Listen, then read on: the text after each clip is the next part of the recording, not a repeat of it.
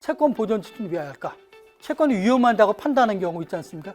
판결문을 갖고 바로 압류하면 되는데 그동안에 이게 이제 없어져 버리면 안 되잖아요. 그게 보존 조치죠.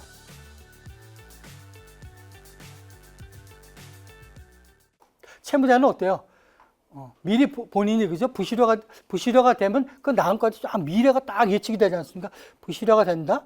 분명히 나한테 판결문을 갖고 강제 집행이 들어온다? 재산이 날린다? 그럼 나는 앞으로 어떻게 살아가야 되나? 뭐 그런 게 쫙 흘러오지 않습니까? 이제 그러다 보니까 생각을 하는 경우죠. 그럼 이걸 어떻게 하면 사태를 변환시킬 수 있을까? 이런 걸 보는 경우죠.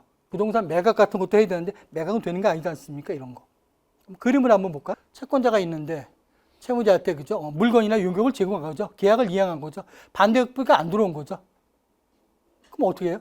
이제 당사자 간에 합의는 안 되죠. 이때는 보면 뭐 채무자가 갖고 있는 게 이거 갖고 있죠.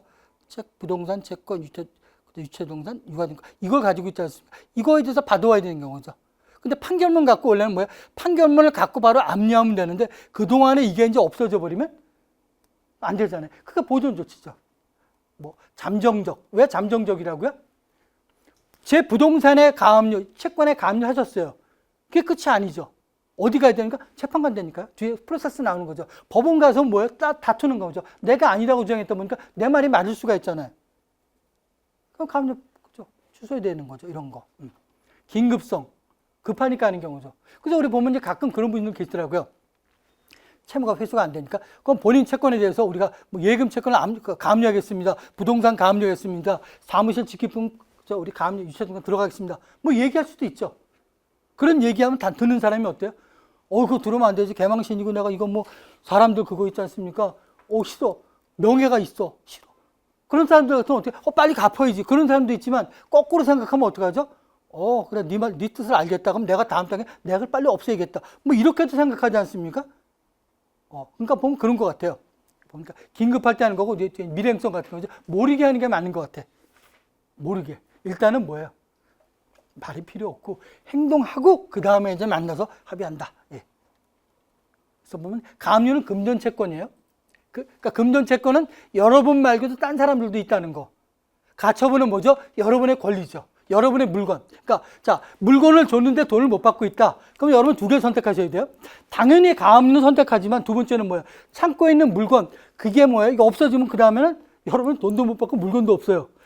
이 물건에 대해서 뭐죠? 처분금지 가처분이라든지, 그죠? 점유를 이전하지 못하게 그 가처분 신청을 해서 뭐예요? 해놓고 일단은 막아놔야죠. 그리고 그 다음에 올 방법을 취해야 되는 거죠. 288조에 보면 그죠?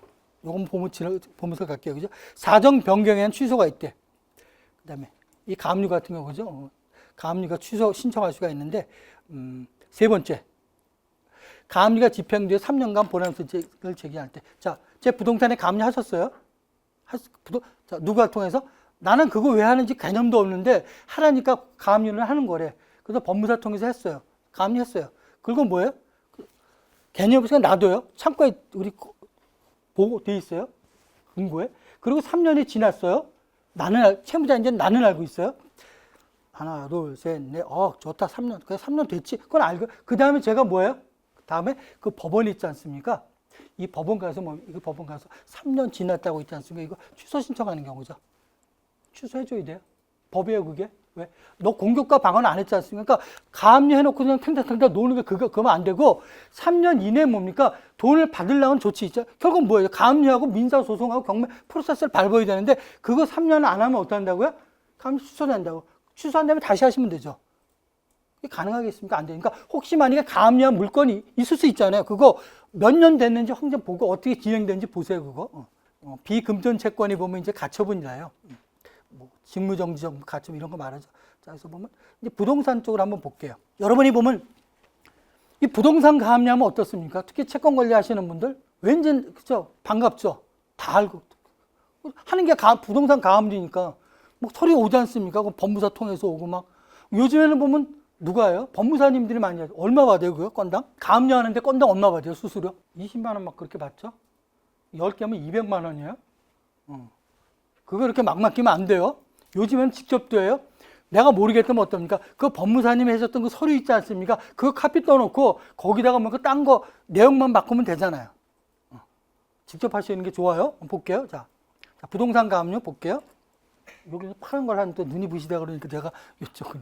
신청서를 작성한 신청서 내용은 뭐예요? 내가 채무자한테 돈 받을 게 있는데 돈을 못 받고 있는데 이 사람이 첨부된 부동산을 소유하고 있습니다. 그러니까 반드시 뭐가 첨부가 돼야 돼요? 부동산이 첨부가 돼야 되는 거죠. 등기부등본에. 거기에 부동산 갖고의 내 채무자 소유가 인적사항이 똑같아야 돼요. 주식회사인데 대표 잡고 하면 안 돼. 안 받아줘요. 그런 거. 대표자 연대보증 돼 있어야 되는 거고 당사자는 맞아야 되는 거죠. 그거 첨부하는 거. 이거 하는 거죠. 그 다음에 여기에 들어갈 게 내용이 뭐죠? 계약서, 차양증 이런 거 전부 다 첨부하죠. 그래서 이거 갖고 어디 갑니까? 부동산 가압류는 기본적으로 합의간에 인정 안 해줘요.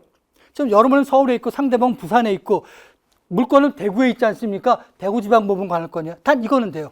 여러분이 서울에서 소장을 냈지 않습니까? 이때는 서울에서 뭡니까? 가압류를 받아줄 수는 있어요. 그러니까 그건 특이한 거. 기본적으로는 부동산 소재지. 대구지방법원에다 있지 않습니까? 이걸 접수시켜요. 그럼 대구지방법원에서 그걸 읽어봐요. 누가? 담당 재판 판사님 보고 문제가 없으면 다음 단계는 나가는데 혹시 문제가 있잖아. 이상하다. 이거 가지고 가압류를 한다고? 뭔가 소명자료, 계약서 참 이게 좀 부족하잖아. 이때는 뭡니까? 보정명령 나오죠. 나를 더 납득시켜봐라. 근데 그걸 안 한다. 이거 좀 빼버리죠. 가까이 해버려요. 여기서 빼버려요. 진행 안 해요. 근데 여기서 맞다. 그럼 보통은 뭐 보정명령 안 하는 경우 있어. 자, 많이 안 하죠. 이때 되고 끝나기가 또 한 2주가 안 된 걸리는데 이게 되면 바로 뭐 담보 제공하라고 하죠. 왜 담보 제공하라고 하죠? 압류 같은 건 담보를 제공하지 않아요. 이미 딱 확정이 됐겠네. 가압류는 뭔가니 가짜, 임시죠. 우리 뭐 하죠? 가압류잖아요. 가압류. 이거지 않습니까? 이거잖아요. 이게 판결문이 없잖아요. 만약에 제 부동산에 가압류였는데 여러분 말이면 맞으면 되는데 나중에 이게 어디서 따집니까? 둘이 재판 간다니까. 민사재판해요. 민사재판했는데 이때 판사님이 재판부에 봤을 때는 가압류 서류만 보고 그래 그러고 했는데 보니까 나중에 진짜 본안소송 갔다 보니까 그게 아니었어. 사정이. 왜? 본인 유리한 것만 냈을 거니까. 그럼 재판 뒤지 않습니까? 그 재판 지금 뭐예요? 미안해. 미안했어요. 제가 풀어드릴게요. 그거 안 돼. 그럼 저는 뭐예요? 그것 때문에 팔지 못했잖아요. 이것 때문에 못 팔았잖아요. 가서 제가 뭐라고 그랬습니까? 이거 가압류 좀 풀어주시고 일단 제가 판 다음에 딴 이렇게 해결해 봅시다. 내가 또 자발적으로 담보 제공하려도 요즘 금융기관에 가압류 있으면 담보 제공 절대 안 받아요. 돈 안 빌려줘요. 내가 손해봤잖아. 그걸 위해서 뭡니까? 법원에서 담보를 제공하라죠. 얼마? 10분의 1 정도. 1억이면 1,000만 원 정도. 이게 우리 돈이 많으면 현금 공탁하고 찾아올 시점이 뭐냐? 현금 공탁하고 찾아올 시점은 뭔가니? 재판이 끝나잖아요. 근데 재판이 내가 여러분이 이겼어. 채무자가 합의하지 않아도 재판 판결문과 갖고 오면 되는 거고 아니면 재판 도중에라도 채무자가 돈 찾아가는데 합의하겠습니다. 그럼 돈 찾아가면 돼. 드물겠지만. 근데 보통 그렇게 하지 않고 서울 보증보험증권을 1,000만 원짜리 끊어내죠. 비용으로 떠는 거죠. 그래서 우리 역할은 뭐예요? 보증보험 담보 제공하는 순간 내 역할은 끝나는 거죠. 담보 제공하고 4, 5월 정도 있다 어디 가봅니까? 대구지방법원 가봐야 되는 거죠. 근데 법무사님 있으면 법무사님도 하겠지만 거기 가보면 민사신청과에 가압류 결정문이 나와 있죠. 그걸 보니까 제대로 돼 있구나. 갑구에 우리 채권자 채무 그다음에 가압류 금액 보고 그거 갖고 와서 회사 와서 보고하고 카피 떠놓고 원본 사본 있고 3년 우리 그거 있지 않습니까? 3년까지는 안 기다리겠죠. 다음 액션이 들어가야 되잖아요. 민사소송 걸고 바로 집행 들어갈 수 있게. 그걸 이제 연구하는 거죠.